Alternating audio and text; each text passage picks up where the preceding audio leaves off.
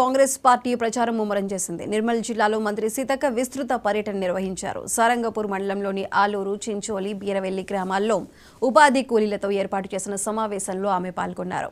Adilabad parliament ఎంపీగా మొట్టమొదటిసారిగా ఓ మహిళ పోటీ చేస్తుందని, ఆత్రం సుగుణను ఢిల్లీకి పంపించి అభివృద్ధికి బాటలు వేయాలని కోరారు. 10 సంవత్సరాల పాలనలో కేంద్రంలో బీజేపీ, రాష్ట్రంలో బీఆర్ఎస్ అధికారంలో ఉండి ప్రజలకు చేసిందేమీ లేదని సీతక్క ఆరోపించారు.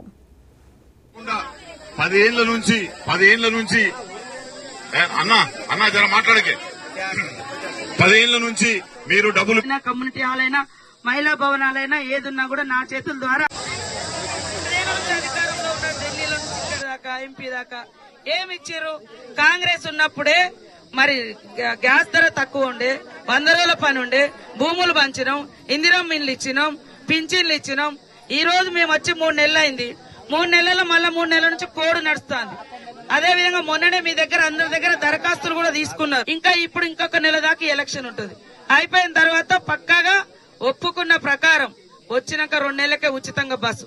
ఈ బస్సు పెడితే కూడా బస్సు ఎందుకు ఫ్రీ ఇస్తారు, ఎవరి కోసం ఇస్తారు అని అట్లా వదిలిపెట్టి ఇవాళ వాళ్లకు నష్టం జరుగుతుంది. ఆడవాళ్ళందరూ బస్సు ఎక్కితే బాధ అవుతుంది. ఇవాళ 200 యూనిట్ల కరెంటు ఫ్రీ. అదే 100 ఎకరాలు ఉన్నోళ్లకు ఫామ్ హౌస్లల్లా టీఆర్ఎస్ ప్రభుత్వంలో, బీజేపీ ప్రభుత్వంలో కరెంటు ఫ్రీ ఇచ్చిర్రు. కానీ 2 బుగ్గలు 1 ఫ్యాన్ ఉన్న గుడిసెళ్లలో మాత్రం ముక్కు విండి వసూలు చేసిరా లేదా? మరి ఇప్పుడు మేము కరెంటు ఫ్రీ 200 యూనిట్ల వరకు ఫ్రీగా ఇస్తున్నాం. ఇందిరమ్మ ఇల్లులు కూడా గప్పుడు వచ్చినాయి. మళ్ళీ ఎవరికి కూడా డబుల్ బెడ్రూమ్ రాలేదు. 10 ఏళ్ల నుంచి మేము లేము. 3 నెలల నుంచే మేము వచ్చినాం. అయినా కూడా ఒక్కొక్కటి చేసుకుంటూ వస్తున్నాం.